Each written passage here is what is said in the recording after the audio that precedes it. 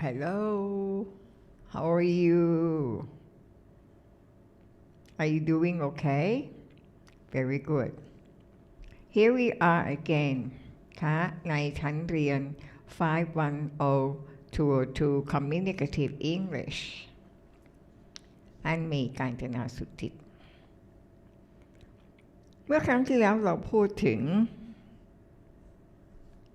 ความสำคัญของเรื่องของการเติม s นะคะไม่ว่าจะเป็น s ที่แสดงความเป็นเจ้าของ s ที่เติมท้าย verb ค่ะว่าปกติแล้วเนี่ยถ้าs ไปลงท้ายอยู่ที่คำใดมันไม่ได้ทำให้เกิดพยางค์ขึ้นมาเพิ่มเติมแต่บางครั้งถ้าสมมุติว่า s ตัวเนี้ยไปเติมท้ายของคำแสดงความเป็นเจ้าของนะคะหรือเสียงบางเสียงมันก็อาจจะทำให้เกิดพยางค์ขึ้นมาได้เพิ่มขึ้นอีกหนึ่งพยางค์เช่นอะไรนะคะ nurses อย่างนี้เป็นต้นนะคะหรือ faxes พหูพจน์ของ fax นะคะ fax ปกติ1พยางค์แต่ถ้าเติม s เข้าไปกลายเป็น2พยางค์นะคะ maxes อย่างนี้เป็นต้นแม้ว่าจะไม่มี e ไม่มีตัว vowel เสียงสระค่ะประกอบอยู่ด้วยก็ตามนะคะแล้วเราก็ได้เรียนรู้ถึงการออกเสียง ed นะคะว่ามันก็จะมีอยู่3แบบใช่ไหมคะออกเป็นเสียงเธอซึ่งเป็นเสียง verb ส่วนใหญ่ลงท้าย ed แล้วออกเสียงเธอนะคะก็จะมีอยู่ประมาณ 7-8 ตัวมั้งนะคะแล้วก็ออกเสียง the นะคะอันนี้เราถือว่าเป็นเสียง voiceless ถ้า voiceless ed ลงท้าย ed ออกเสียงเธอแต่ถ้าเป็น voiced ต้องออกเสียง the และมีเพิ่มพยางค์ค่ะถ้าสมมุติว่ามันลงท้ายมันไปเติมท้ายค่ะคำ verb ที่มันมีพยัญชนะค่ะ d กับ t ค่ะอย่างนี้เป็นต้นค่ะอันนี้ออกเสียงเพิ่มอีก1พยางค์อันนี้เปล่งแค่1เสียงแต่นี่เพิ่ม1พยางค์ค่ะแล้วเราก็พูดถึง stress ที่เราใช้ตัวสัญลักษณ์ก็คือ circle big circle ค่ะ13ไม่ใช่30ถ้าเป็นอย่างนี้ก็คือ13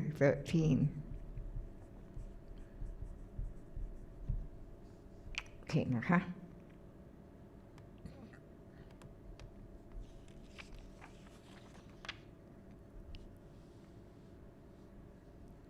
ก็จะมีประเด็นที่น่าสนใจเกี่ยวกับ stress อยู่ 2-3 ประเด็นเช่นเดียวกันนะคะใน A5.2 เมื่อ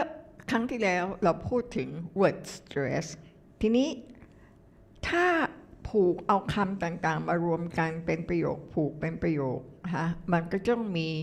คำศัพท์ใดคำศัพท์หนึ่งนะคะที่มีความสำคัญนะคะอย่างเช่นremember he told her ค่ะเราจะเห็นว่าไม่ออกเสียงดังทุกคำศัพท์ remember โอเคมี stress ที่ตรงนี้remember he เราก็ไม่ออกเสียงดังแต่ว่าตัวนี้อาจจะต้องออกเสียงดังher ไม่ออกเสียงดังอย่างนี้เป็นต้นเพราะฉะนั้นเราไม่ออกเสียงว่า remember he told her ไม่ใช่โอเคนะคะปกติแล้วศัพท์หลายพยางค์ก็ต้องมีเสียง stress 1พยางค์ในประโยคเช่นเดียวกันบางครั้งมันก็จะใช้ pattern stress pattern อย่างเดียวกับคำศัพท์เดี๋ยวมาดูนะคะคำศัพท์กับประโยคมันจะใช้ pattern เดียวกันได้อย่างไร ในข้อ A individual words คำแต่ละคำนั้น have a stress pattern ก็จะมี stress pattern ของมันเช่นคำว่า remember เรียกว่า individual ก็จะมี stress pattern ก็คือวงกลมเล็กวงกลมใหญ่แล้วก็วงกลมเล็ก3พยางค์ That is a pattern of strong and weak syllable เพราะฉะนั้นอันนี้ถือว่าเป็น strong syllable และนี่ก็เป็น weak syllable พยางค์ไหนที่ได้รับ stress เราก็จะเรียกว่า strong syllable Sentences also have a stress pattern ในประโยคในลักษณะของการสื่อภาษาเป็นหนึ่งข้อความหนึ่งประโยคนั้นก็จะมี pattern ที่เฉพาะของมันเช่นเดียวกัน and this is sentence stress เราก็จะเรียกว่า sentence stress Sometimes a word and a sentence have the same stress pattern นะคะมันก็จะมี pattern อย่างเดียวกันเช่น3พยางค์ใช่ไหมคะถ้าเป็นคำศัพท์เราก็เทียบได้กับคำว่า photograph เป็นประโยค answer me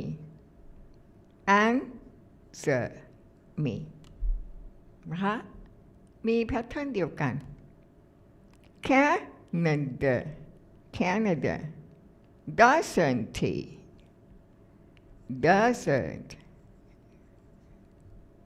he cabbages 3พยางค์ cabbages copy it นะคะประโยคใช้แพทเทิร์นเดียวกันกับคำศัพท์หรือตัวอย่างที่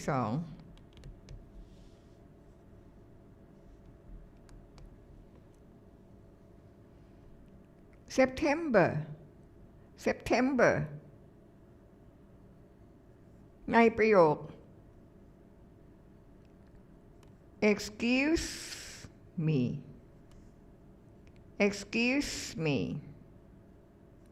tomorrow I think so remember he told her he told her เพราะฉะนั้น stress อยู่ที่คำว่า told he ไม่ได้รับ stress her ก็ไม่ได้รับ stress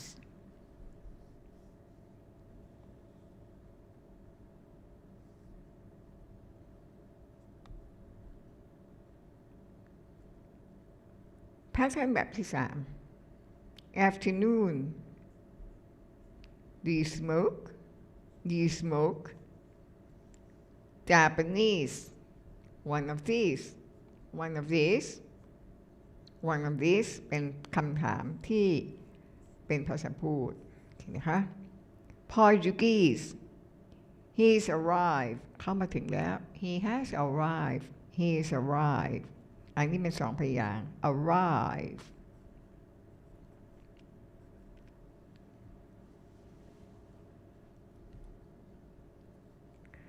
short sentences ประโยคสั้นๆแบบนี้หรือกลุ่มคำ phrases phrase แปลว่าวลีก็คือกลุ่มคำ in English have some typical stress pattern มีอะไรบางอย่างที่เป็นแบบฉบับที่สามารถจะสร้างเป็นแบบฉบับเป็นผังเป็นแพทเทิร์นได้ทีเดียวเช่นอันนี้ค่ะเป็น stress แล้วก็ unstress แล้วก็ stress เช่น what's the time yes of course thanks a lot หมายความว่ายังไงคะก็หมายความว่าเวลาต้องการจะถามเวลาเราไม่สามารถจะพูดว่า what is the time เขาก็จะไม่ค่อยเข้าใจ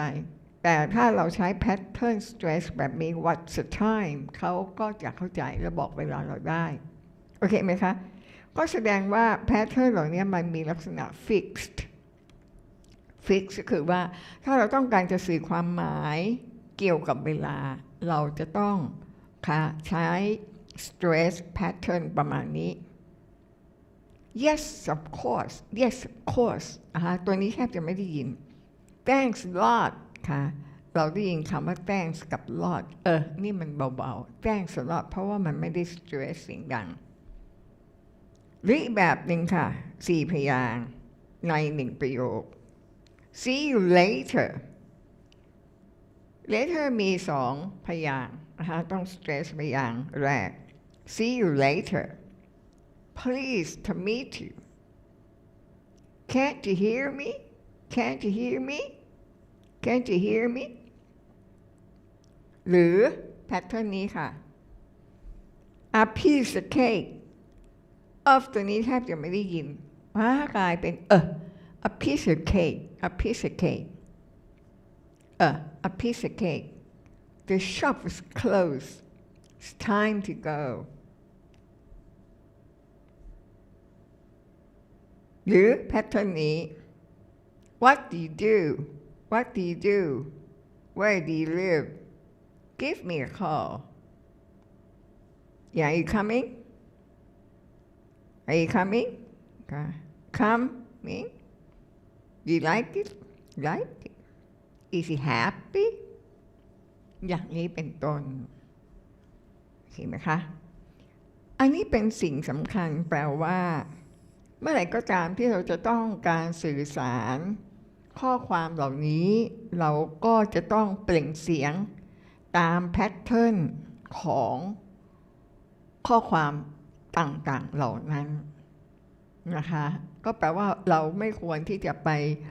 ปรับเปลี่ยนเสียงหรือคิดเอาเองนะคะเพราะว่าอย่างนี้จึงจะสื่อความหมายกับเขาได้ถูกต้องเราไม่ควรจะพูดว่า a piece of cake เพราะว่าเขาจะไม่รู้เรื่องแต่ถ้าบอกว่า a piece of cake นะคะเขาก็จะเข้าใจอย่างนี้เป็นต้นค่ะ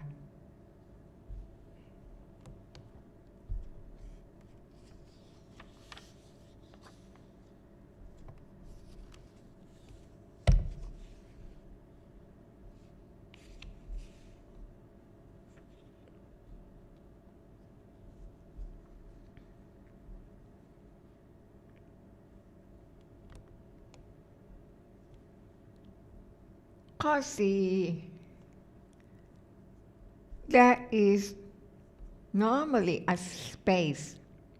between stress syllables in a sentence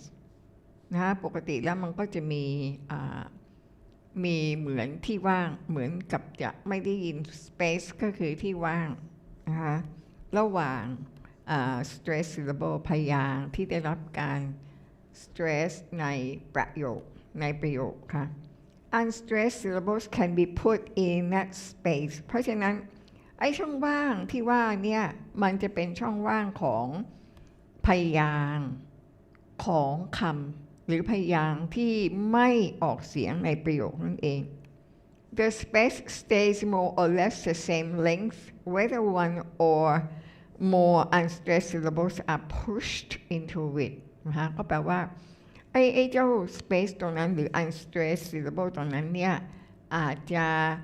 มีหลายพยางค์นะคะก็เป็นไปได้แต่ว่ามันก็อยู่ใน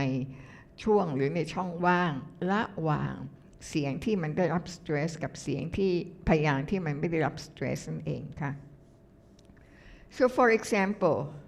these 3 sentences take about the same length of time to say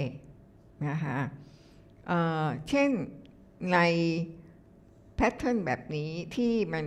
เน้นทุกคำศัพท์นะคะมันก็จะมีที่ว่างของมัน don't tell Mike นะคะมันมักจะไม่พูดติดกันมากมายแต่มันจะมี space ช่องว่างนะคะ don't tell Mike หรือในระหว่างนี้ก็อาจจะมีช่องว่างแทรกในแต่ละ stress นะคะเป็นต้นอันนี้ก็เป็นคำอธิบายของคำว่า stress unstressed syllable นั่นเองนะคะอันตัวที่ไม่ได้รับ stress ก็จะเป็น an กับ re ใช่ไหมคะ Mary มี2พยางค์ go and speak to Mary go and speak to Mary นั่นเองนะคะ go and speak to Mary ค่ะหรืออาจจะมีหลาย unstress นะคะก็แทรกอยู่ระหว่างพยางค์ที่ได้รับ stress hurry hurry hurry and give it to Jonathan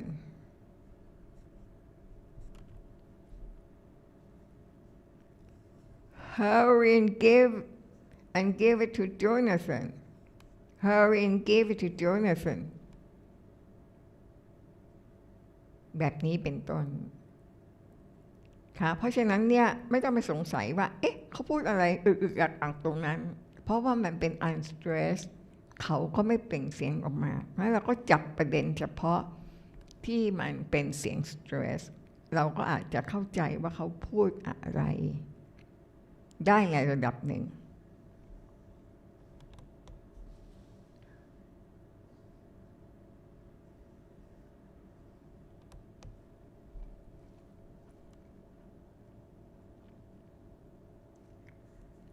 ข้อดี stress patterns can help you hear the difference นะคะ between two similar sentences for example verbs with negative ending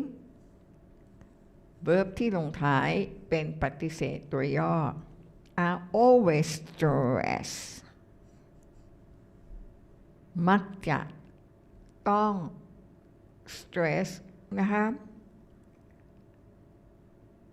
ส่งเสียงดังให้ความสำคัญ This helps us to hear the difference between can and can't can and can't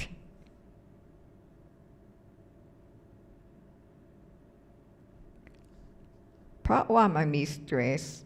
pattern ที่ต่างกัน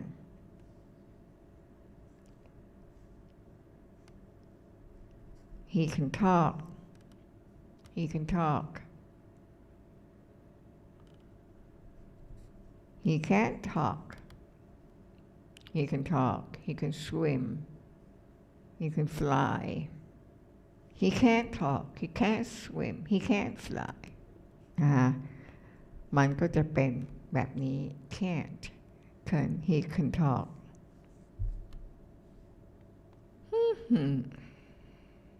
สนุกสนานในเรื่องของ stress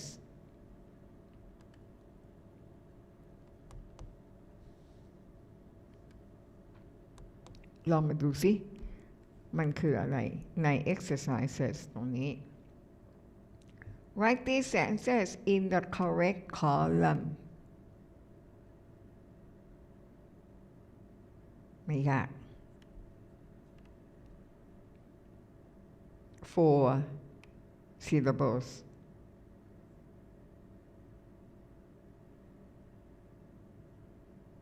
4 syllable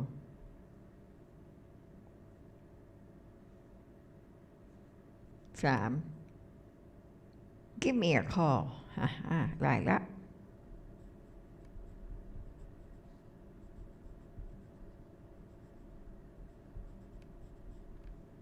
ถูกไหมคะมีอีกไหม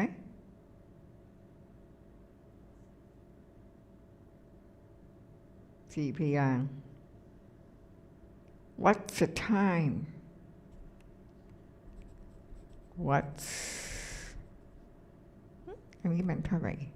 นี่มัน3 พยางค์ Sorry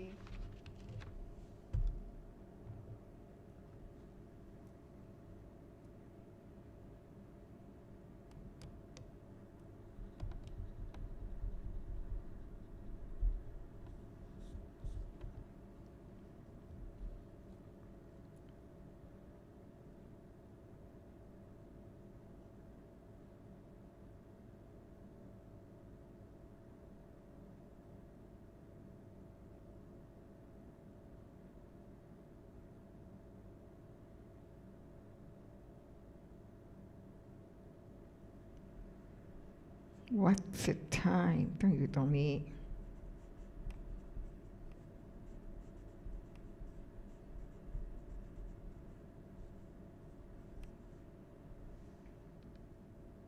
Where's the car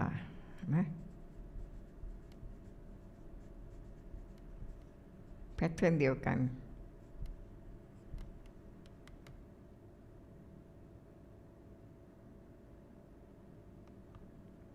What? What do you want?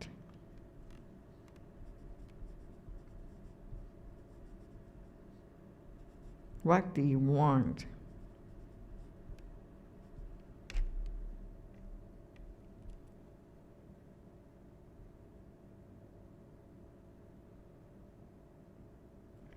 Come and look. Come and look.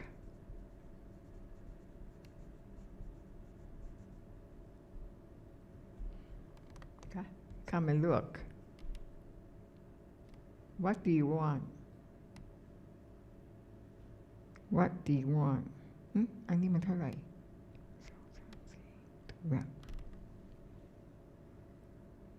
The bus was late. The bus was late.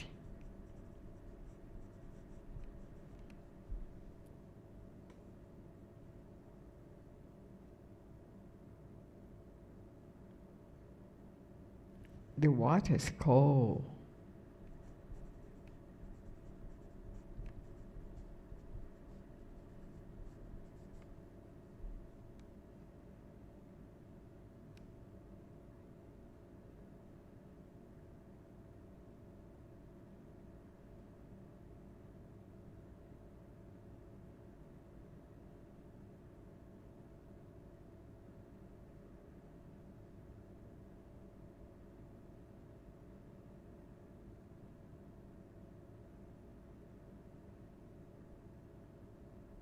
Close the window.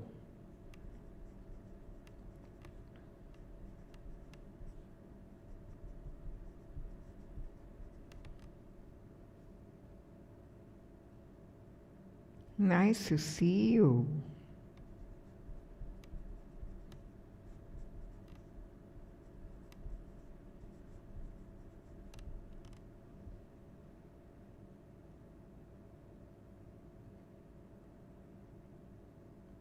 Phone and tell me.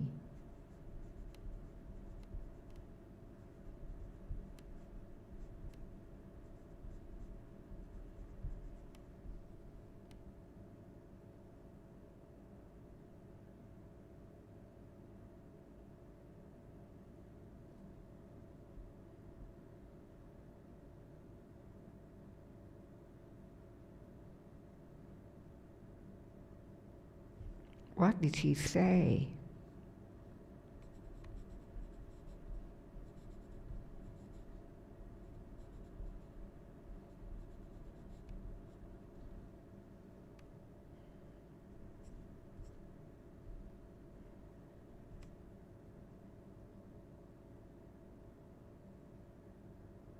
It's cold and wet.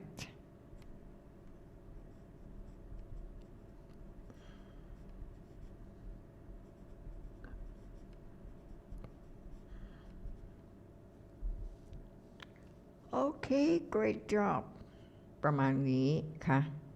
Pattern ของประโยคก็จะเป็นประมาณนี้ อยากจะถามเวลาเราก็ใช้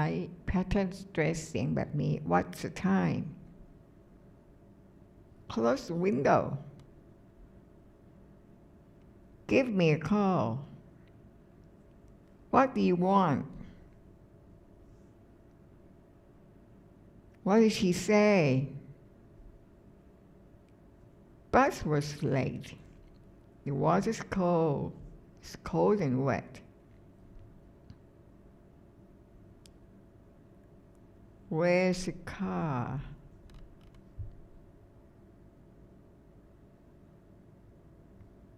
Come and look. Come and look. Nice to see you. Phone and tell me. นะคะถ้าเราพูดตามแพทเทิร์นอันนี้บ่อยๆอีกหน่อยเราก็จะชิน เวลาที่เราต้องการจะสื่อภาษานะคะในทำนองแบบนี้เราก็จะพูดออกมาได้เป็นอัตโนมัติค่ะ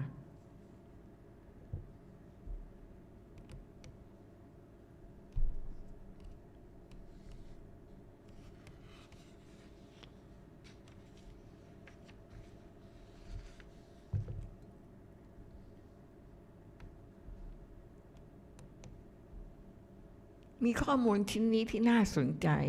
เป็นข้อมูลที่เกี่ยวข้องกับ stress Facebook ก็คือมันเป็นเหมือนแผนผังค่ะ fix pattern ของการสื่อภาษาว่าถ้าเราต้องการจะสื่อภาษาทำนองแบบนี้นะคะเราจะต้องใช้ stress pattern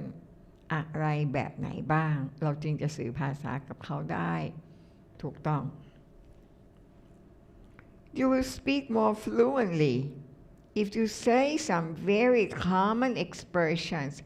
Common expression ก็คือประโยคที่เขาใช้กันโดยทั่วไปในชีวิตประจำวัน with a fixed pronunciation นะคะคุณฝึกใช้ข้อมูลต่างๆ patternของการสื่อภาษาที่เป็นภาษาธรรมดาที่ใช้กันในชีวิตประจำวันเนี่ยค่ะคุณจะพูดภาษาอังกฤษได้อย่างคล่องแคล่วยิ่งขึ้นเมื่อคุณพูดคำเหล่านี้ค่ะให้ระลึกเสมอว่าอันนี้คุณจะพูดออกมาราวกับว่ามันเป็นหนึ่งคำศัพท์ก็จะดีเยี่ยมเป็นอย่างยิ่งThe expressions below are grouped according to their stress pattern เขาก็มีการรวบรวมค่ะว่า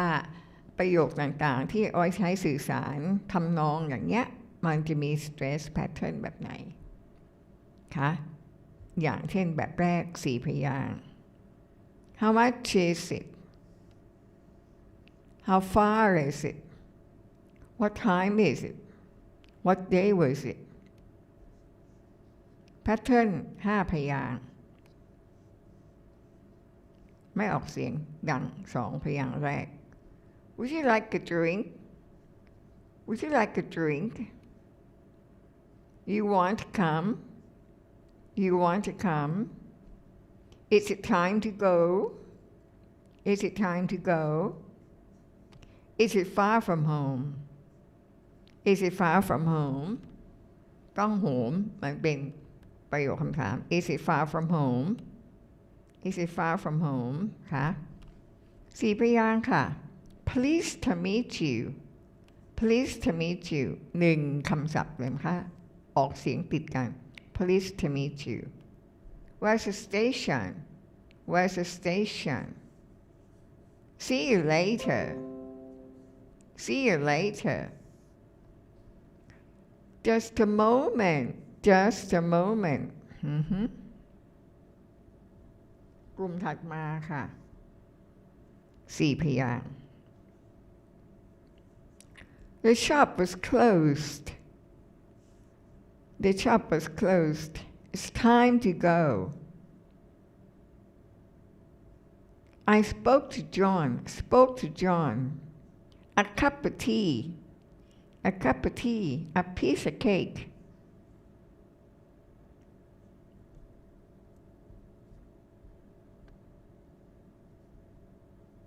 พยางค์ stress ที่พยางค์ที่3 Can you help me? Can you help me? Do you like it? Are you coming? Was it raining? There's a problem. There's a problem. 3พยางค์ stress 2เสียง Don't worry. Keep quiet. Please help us. Who told you? No problem. โอเคนะคะ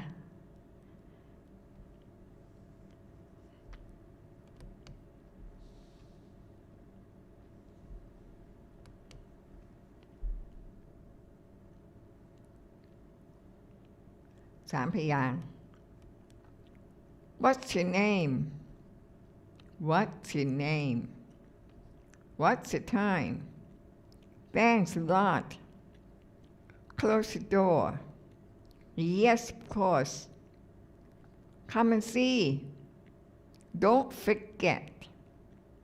Don't forget ขอโทษทีตอนนี้ stress ที่เสียงดัง Don't forget มัน begin Don't forget 4 พยางค์ Where were you born Where were you born When does it leave When does it leave How do you do How do you do What do you want What do you do Where are you from Where are you from Where are you from Where you live 3 พยางค์ค่ะ Good morning Good evening Excuse me How are you You're welcome You're welcome I'd love to I'd love to อุ๊ยน่าสนุกนะต่อไปครั้งหน้าค่ะเราจะเอาชีทแผ่นนี้นะคะมาฝึกพูดตาม stress pattern ต่างๆเหล่านี้เพื่อให้เกิดความคล่องแคล่วในการพูดภาษาอังกฤษพอจบคอร์สเราจะต้องพูดประโยคเหล่านี้ได้อย่างถูกต้องคล่องแคล่ว Good idea isn't it นะคะครูว่าน่าจะดีนะ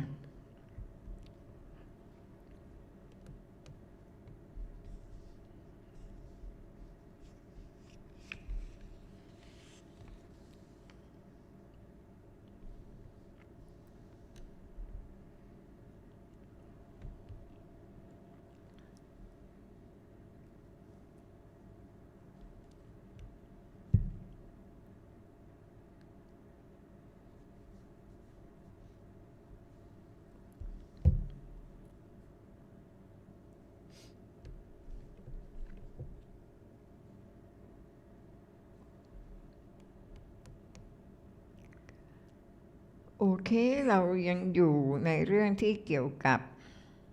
stress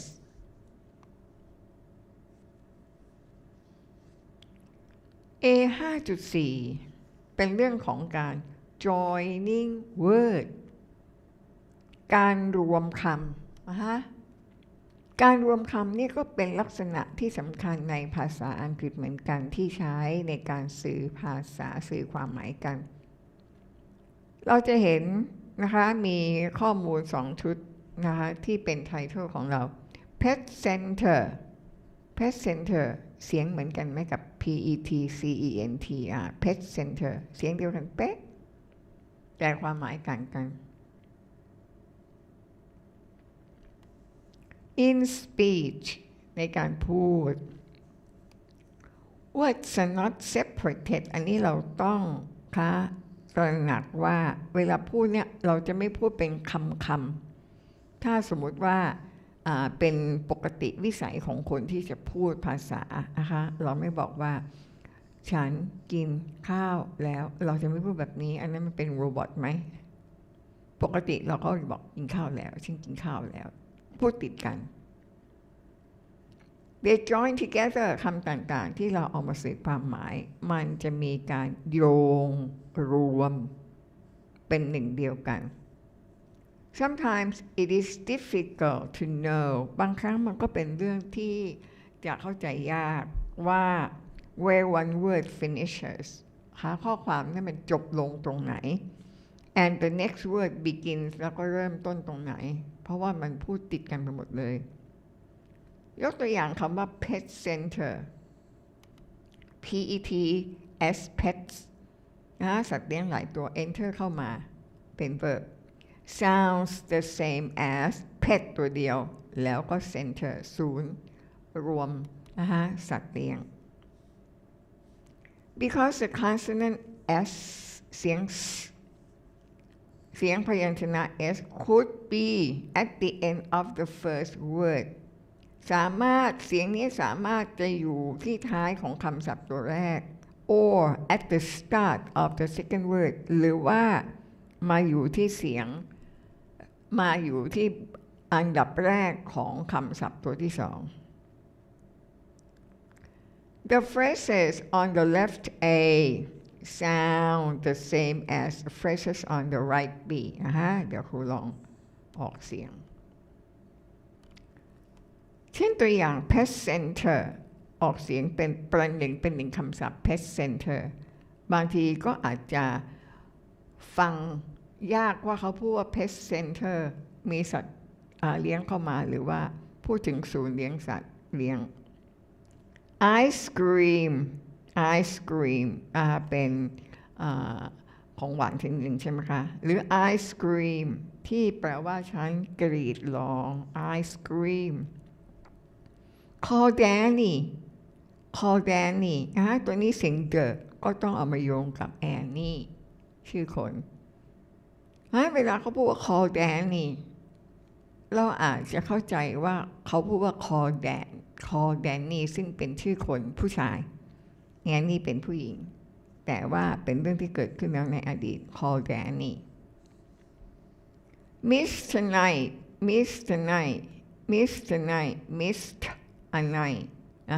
พูดรวมกัน join กันก็จะได้ Mr. Night อาจจะหมายถึง Mr. Night ไหม Mr. Night ซึ่งเป็นชื่อคนผู้ชายมีคำนำหน้าคือ Mr. Stop taking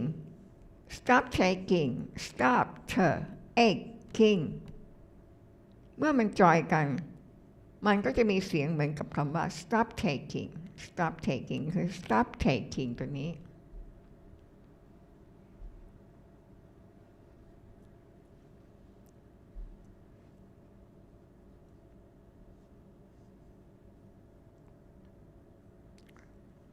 หรือ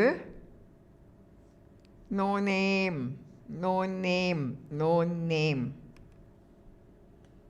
เป็นจุดเป้าหมายที่เป็นที่รู้จักกันเป็นที่มีชื่อเสียงเป็นที่รู้กัน no name เราอาจจะได้ยินเป็น no name ก็ได้หรือ clock stops เราอาจจะยินว่า clock stop นาฬิกาหยุดเดินค่ะแต่จริงๆมันหมายถึงเสื้อclock tops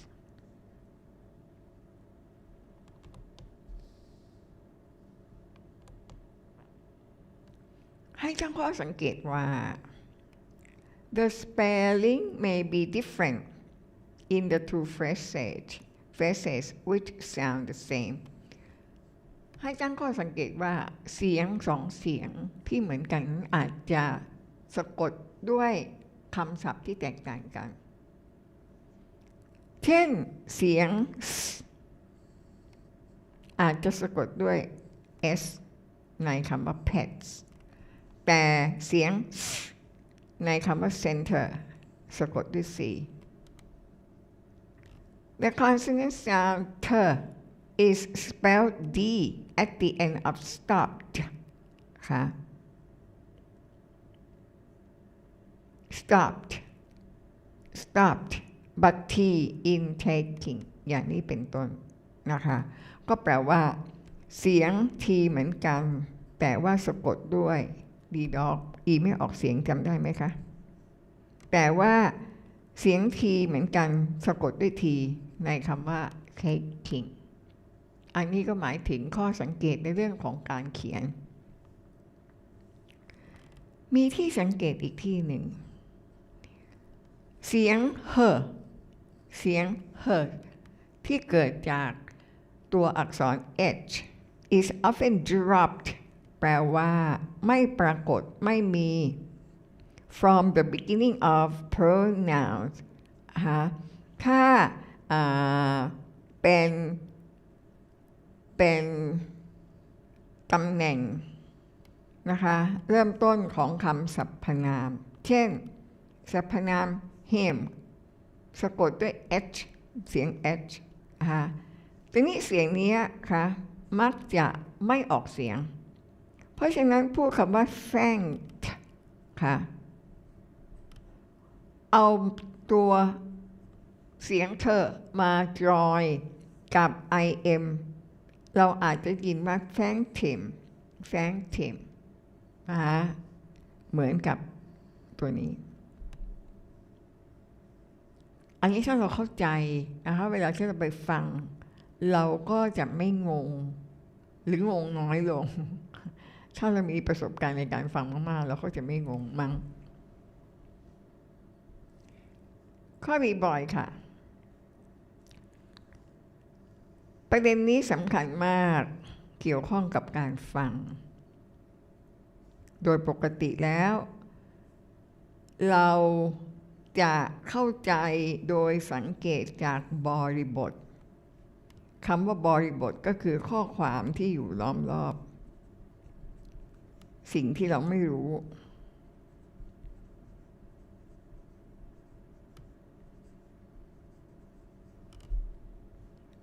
เรางงคำศัพท์ไหนบางทีเราใช้ตัวบริบทข้อความที่อยู่ล้อมรอบเนี่ยเป็นที่สังเกตเราก็อาจจะเข้าใจคำศัพท์นั้นเช่นในประโยคต่อไปนี้ These two sentences sound the same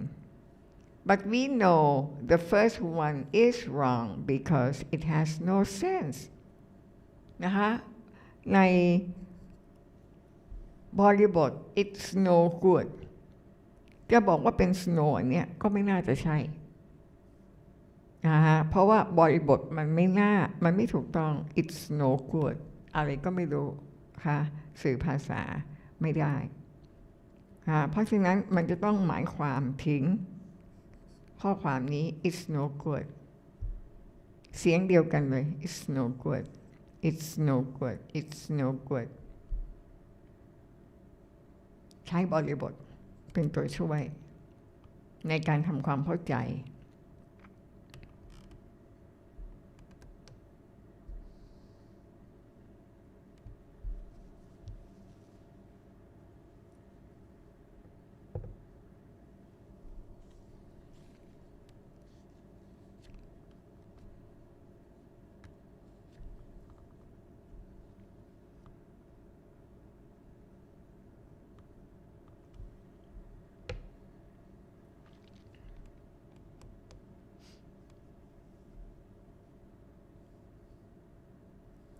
ในข้อ4นะคะอันนี้ก็สำคัญต่อการฟังเช่นเดียวกัน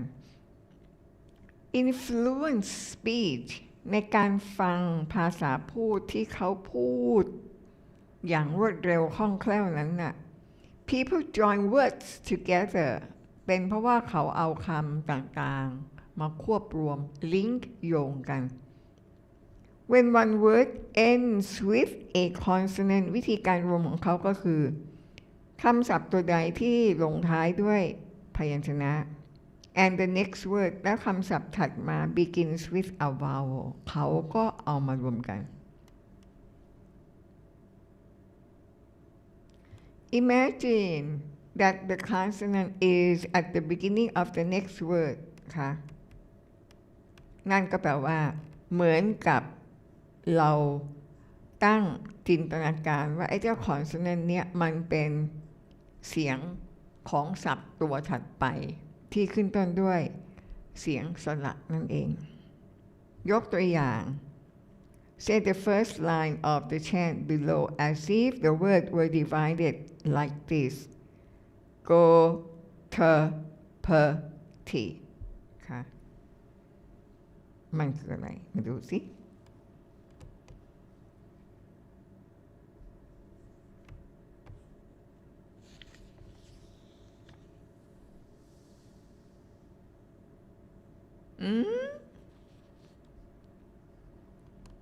มันคือตัวนี้ค่ะ Look at the chant below chant ก็คือคำที่มันมีเสียงคล้องจองกันนะคะไม่ใช่ rhyme นะคะแต่มันเป็นการเอาคำมาใส่ในตำแหน่งที่เท่ากันประมาณเดียวกันนะคะแล้วก็มีเสียง ที่มีการเล่นเสียงนั่นเองค่ะปกติแชนมันหมายถึงการสวดนะคะสวดด้วยมนต์คาถาอะไรต่างๆ Look at the chant below the symbol เราจะมีสัญลักษณ์แบบนี้ shows where the consonant sound joins to the vowel sound of the next word บรรทัดแรก got up pat tape got to pat a got to pat tape got to pat tape โอ้โหภาษาไทยไม่เคยเป็นแบบนี้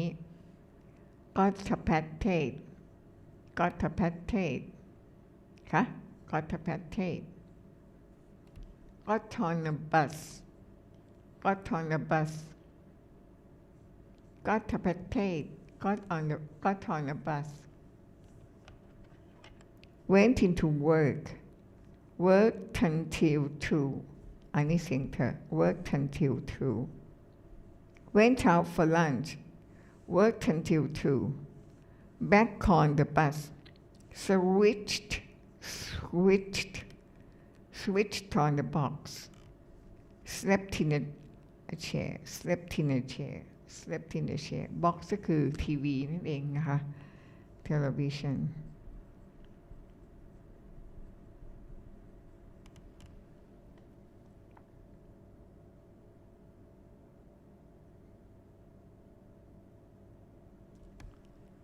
got up a tape got on the bus went into worked until 2 went out for lunch worked until 2 back on the bus switched on the box slept in a chair ต้องค่อยๆฝึกไปค่ะแล้วเราก็จะเกิด fluency ความคล่องแคล่วขึ้นมาเป็นอัตโนมัติ exercise สนุกมีบ้างไหม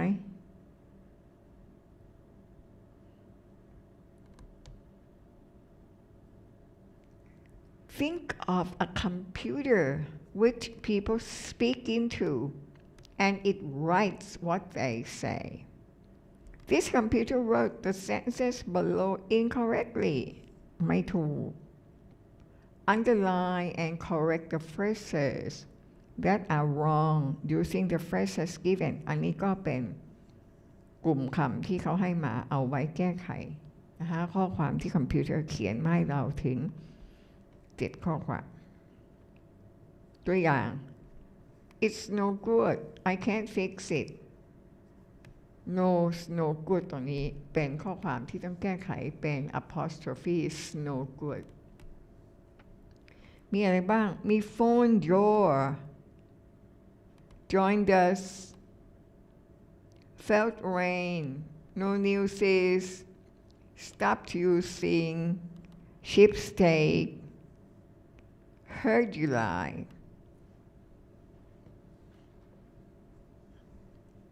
มาดูข้อที่ 2 No one uses good news as they say no one uses good news no uses good news as they say no uses good news no news good news อันนี้นี่ไงขีดเส้นใต้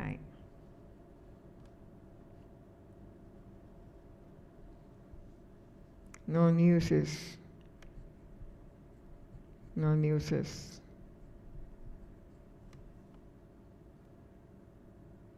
ไม่มีข่าวนั่นแหละคือข่าวดี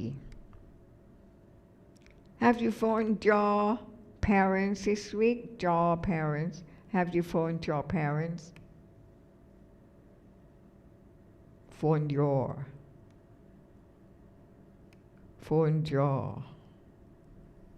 มันมีเสียง the มารวมกับ you มันก็คล้ายๆจะพูดว่า draw your phone your คะภาษาพูดเขาจะไม่ออกเสียงตัวนี้ชัดๆมันเหมือนกับคนถ้าจะเป็นเจ้าของภาษาเขาก็จะพูดจาแบบรุนแรงว่าเหมือนคนไม่ค่อยคล่องแคล่ว ไม่มีใครอยากพูดด้วยเห็นไหมคะ phone to parents this week I've never heard July before I've never heard July before I never heard July before heard July before heard July I've never heard July before heard you lie before เคยได้ยินว่าเธอพูดโกหก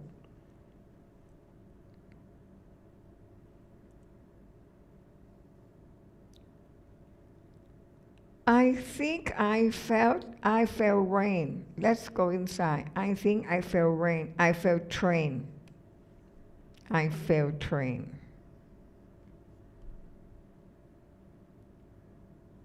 มันก็คือ I felt rain. Felt train. เหมือนกับเสียงเธอเอามารวมกันเพราะมันต้องออกเสียงfinal sound ของคำศัพท์ตัวนี้เลย felt train felt กับ rain felt train This ship stay cars across the river This ship stay cars across the river ships ไหม take cars ships take ใช่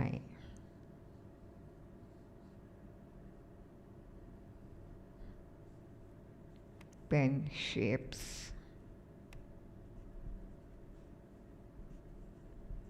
take they joined us for dinner joined us นี่ไง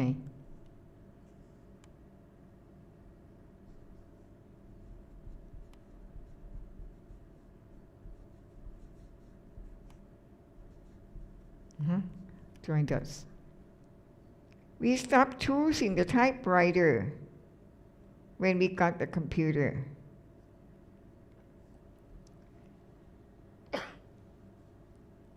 We stopped choosing the typewriter.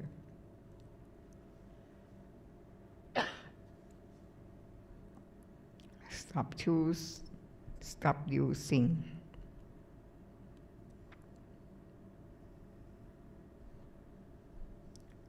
เสียงพัดเถอนะคะ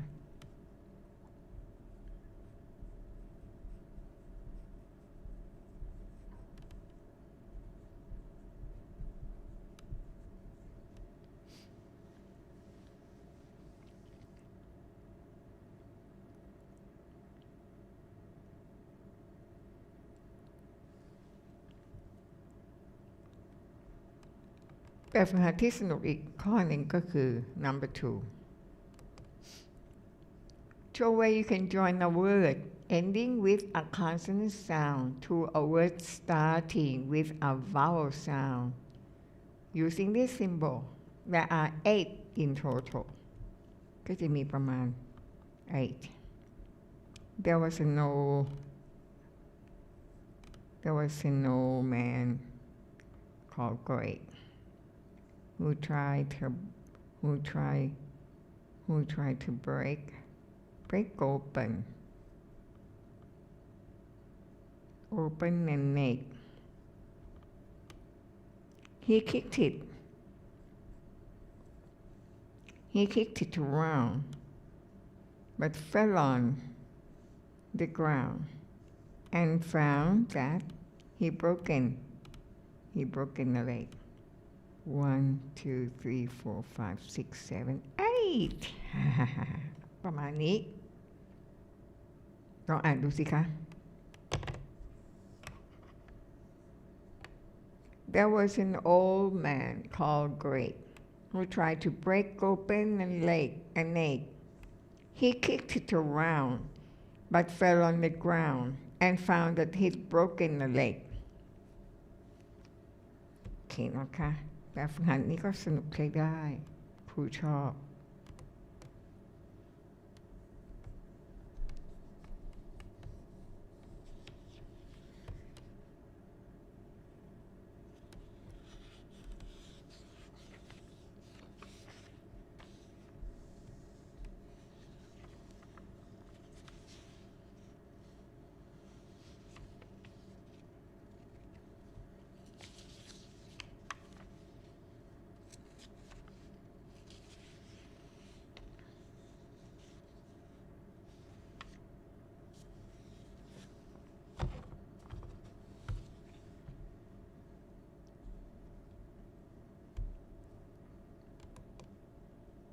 ในหัวข้อ A.5 about pronunciation ก็เป็นตัวเพิ่มเติมในเรื่องของที่เกี่ยวข้องกับการ joining word เห็นไหมคะ In everyday speech ในการพูดจากันในชีวิตประจำวัน consonant and vowel sounds are usually linked ใช้คำว่า link หรือคำว่า join ก็ได้นะคะตัวเสียงพยัญชนะกับเสียงสระมักจะมีการควบรวมกัน Notice how consonant sounds are often linked to the vowel sounds that follow them ถ้าคำศัพท์ตัวแรกสิ้นสุดลงด้วยเสียงพยัญชนะแล้วคำศัพท์ถัดมาขึ้นต้นด้วยเสียงสระมักจะมีการโยงกันเป็นหนึ่งคำเช่น if I กับ if I were youเพราะฉะนั้นตัวนี้ไม่ออกว่า if I ออกเป็นหนึ่งคำเลยหนึ่งเสียง if I were you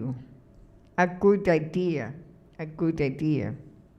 for a long time rice a potato if I were you I'd order the steak and shrimp that's a good idea where's our waiter นี่เป็นต้นค่ะLinked vowel sounds with W and Y คำศัพท์ที่ลงท้ายด้วยตัว W กับ Y เนี่ยค่ะส่วนใหญ่ค่ะเราบางทีศัพท์บางตัวนะคะก็ไม่ได้มีตัวอักษร W กำกับอยู่ด้วยเช่น do it ตัวนี้เราต้องออกเสียงแบบ do it เรากับว่ามันมีตัว Wเพราะว่าเสียงอูของเขาเนี่ยอูมันลงท้ายด้วยวอยู่ด้วยค่ะ go no ค่ะ go อย่างเงี้ยค่ะเป็นเสียงว go ไม่ใช่ go อย่างเดียว go ค่ะเพราะฉะนั้นตัวนี้ต้องออกเสียงว่า no with do it go over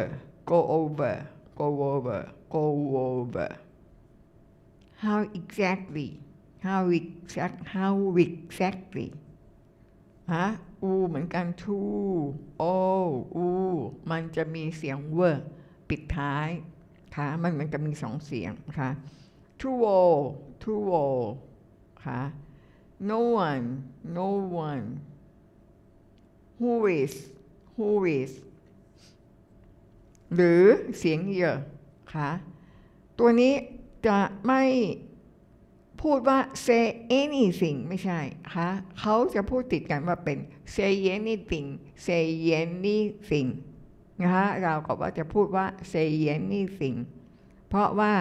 เจ้าเสียง y เนี่ยมันจะไปกล้ำมันทำให้เป็นเสียงสระแล้วเอาไปรวมกับคำถัดมาได้ see it นะคะ see it I am ไม่ใช่ I am being นะคะเป็นต้นแต่เวลาที่เราฟังเจ้าของภาษาเขาพูดเราก็ไม่มานั่งแยกมากมายขนาดนี้นะคะแต่ขอให้เข้าใจว่ามันเป็นลักษณะของเสียงบางเสียงที่มันมีเสียงเวอร์เสียงเยอะติดมาด้วยค่ะ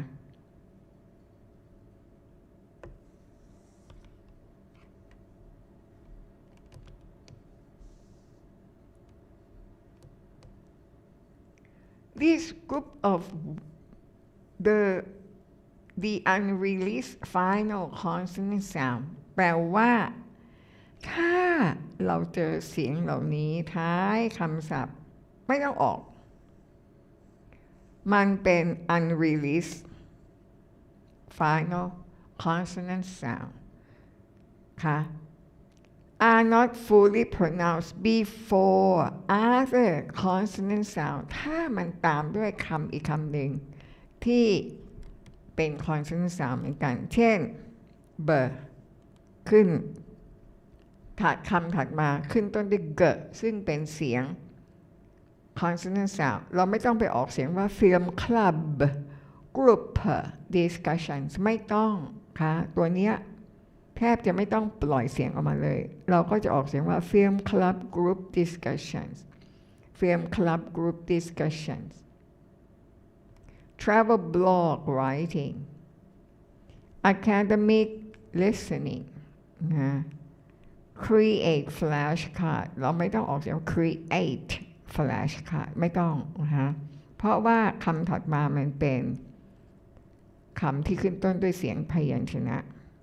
join group discussion memorize verb tenses advanced grammar intermediate conversation take prep course set realistic goal นะคะ read books in English แต่นี้ต้องโยงกันเพราะว่ามันขึ้นต้นด้วยเสียงสระ read books in English write a blog blog อันเนี้ยไม่ต้องออกเสียงชัดเพราะว่าคำถัดมามันเป็น consonant แต่อันนี้ก็เป็น write a blog ประมาณนี้เป็นข้อสังเกตที่น่าสนใจทีเดียว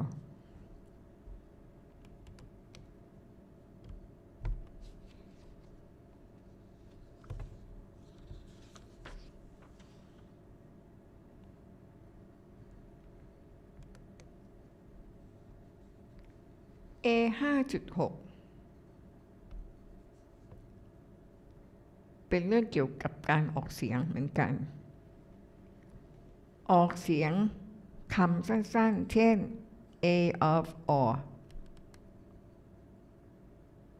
เช่นในตัวอย่าง a piece เราจะออกเสียงยังไง of a อย่างเงี้ย short words like articles คำสั้นๆเช่น and the conjunction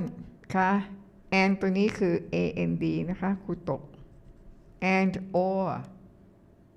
เป็นคำรวมเป็นตัวที่ใช้รวมคำศัพท์ and preposition conjunction ก็เป็นตัวไม่ใช่รวมประโยคนะคะ conjunction รวมใจความรวมประโยค preposition รวมคำ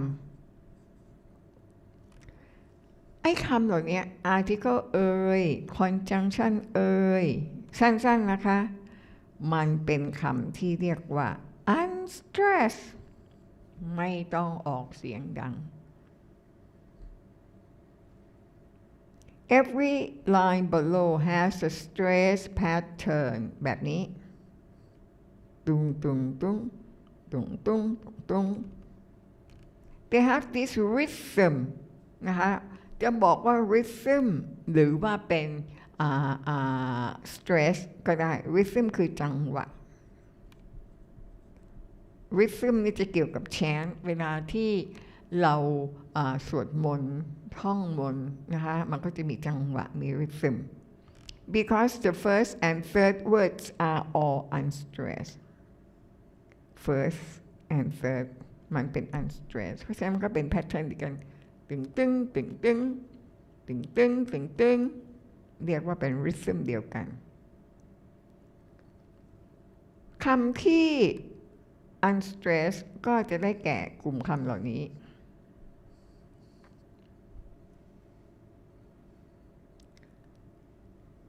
ใน shopping list อันนี้ค่ะเราก็จะยินจังหวะ rhythm หรือ unstressed กับ stress syllable ว่า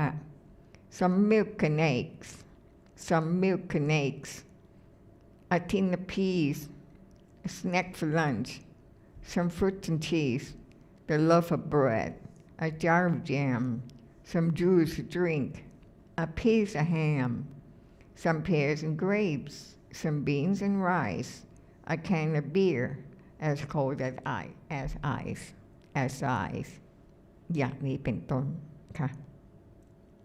งั้นเขาไม่ออกเสียงดังทุกเสียงมันก็จะมี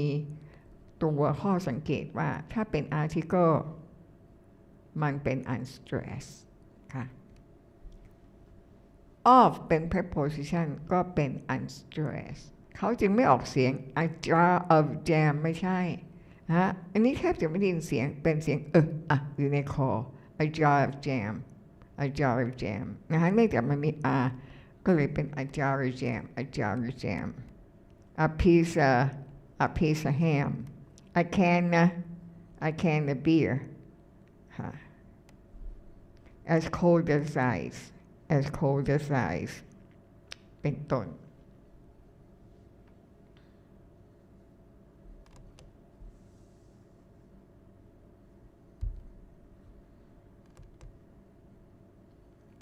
ข้อบ่อยๆจงสังเกตว่าสระ in all the unstressed syllables are pronounced the same เสียงสระใน unstressed syllable เนี่ยค่ะจะออกเสียงแบบเดียวกันอย่างเดียวกัน This sound is written as ถ้าเป็น symbol phonemic symbol ก็จะใช้ตัวนี้จะออกเสียงนะคะหรือไม่ก็นะคะถ้าเจอตัวนี้คือค่ะไม่ได้ออกเสียงตามที่เห็นไม่ได้ออกเสียง A ไม่ออกเสียง off มันออกเสียงa can of beer เงี้ยเป็นต้นค่ะ Also in fast speech the consonant sounds after the vowel in these words may not be pronounced in this case and sounds like andเช่นเดียวกันกับ consonant sound นะคะที่ปิดท้ายคำศัพท์ที่ขึ้นต้นด้วยเสียงสระเช่น and เราแทบจะไม่ได้ยินเสียง the เราได้ยินว่าเป็น and หรือ of ไม่ได้ยินเสียง f แต่เราได้ยินเสียงนะคะand sound like and เช่น an apple and an orange and an onion an apple and an orange and an onion อย่างนี้เป็นต้นนะคะหรือ of sounds like a bit of this and a bit of that a bit of this to this and a bit of that นี้เป็นต้นค่ะ You don't need to copy the fast speech pronunciation แต่เราคนไทยเขาบอกว่าไม่จำเป็นที่ต้องไปทำให้เหมือนเป๊ะ People will understand you if you use careful speech แต่ว่าไม่ต้องพูดให้เร็วแต่พูดให้ถูกต้องนะคะให้ถูกต้องตามเสียงที่มันควรจะเป็นเรียกว่า careful speech but you need to able to understand fast speech สิ่งสำคัญก็คือเมื่อเราได้ยิน fast speech ตัวเราเองนี่แหละควรจะมีความสามารถในการเข้าใจไอ้ fast speech เหล่านั้น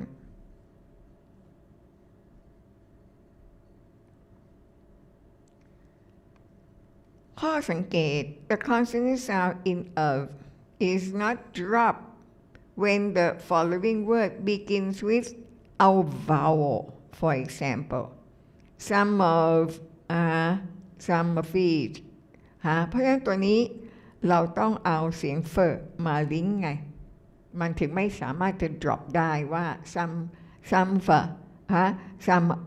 each อันนี้ไม่ได้นะคะอันนี้ต้องออกเสียงโดยเอามาโยงกัน some of each นี่เป็นต้นค่ะข้อ C the vowel sound in to and the is different if the following word begins with a vowel. In case to changes from to หรือ to คือเสียงสั้นลง and the changes from the to the เมื่อมัน ไปอยู่ข้างหน้าค่ะเสียง to จะเปลี่ยนเป็น the ตัวนี้เหมือนกันนะคะจาก to ก็จะเป็น true ถ้าตามด้วย vowel sound we need water to drink and food to eat to eat อันต้องเป็น o ค่ะ to eat อันนี้ to drink I have the fish and the apple the fish ค่ะ the fish and the apple pie for dessert ค่ะเกิดเล็กเกิดน้อยเหล่านี้ก็เป็นข้อมูลที่ดีที่นำเอาไปพิจารณาค่ะปรับใช้แล้วก็ฝึกฝน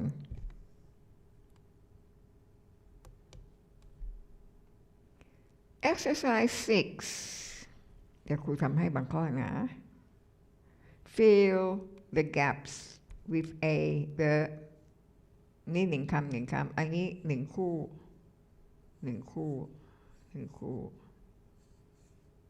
โอเคไม่ได้ใช้ทั้งหมดค่ะโอเค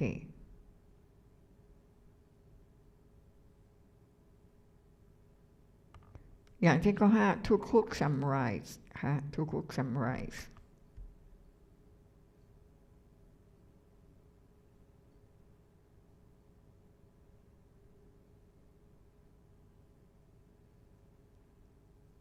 a time for lunch ไหม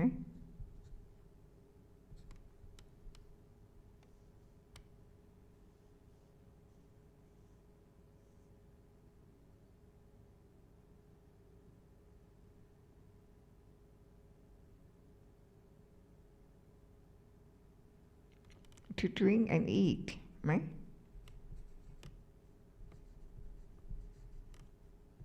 ประมาณนี้ที่เหลือคุณลองทำดูสิ Number 2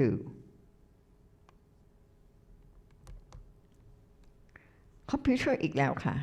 Think of a computer which people speak into and it writes what they say Write the correct sentences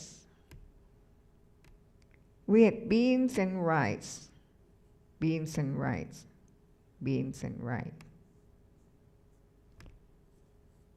had a nice cup of tea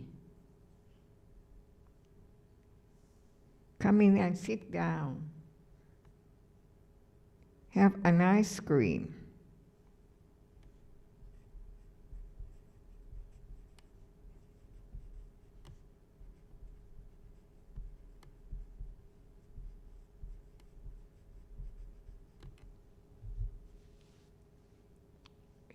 นะคะ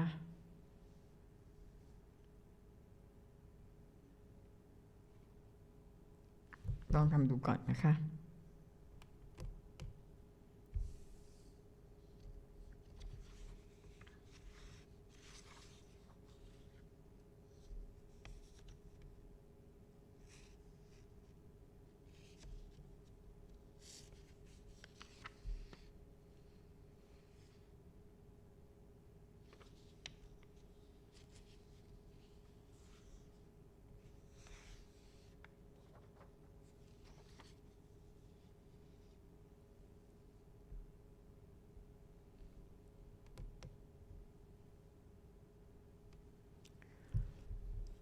โอเคสำหรับครั้งนี้เราจะหยุดเอาไว้ที่ค่ะ Ep.6 ตรงนี้นะคะคุณลองทบทวนดูนะคะแล้วลองฝึกฝนด้วยตัวเองสักนิดหนึ่งเพื่อความคล่องแคล่วในการพูดภาษาอังกฤษของเรา Okay, bye for now. See you again next time. Goodbye.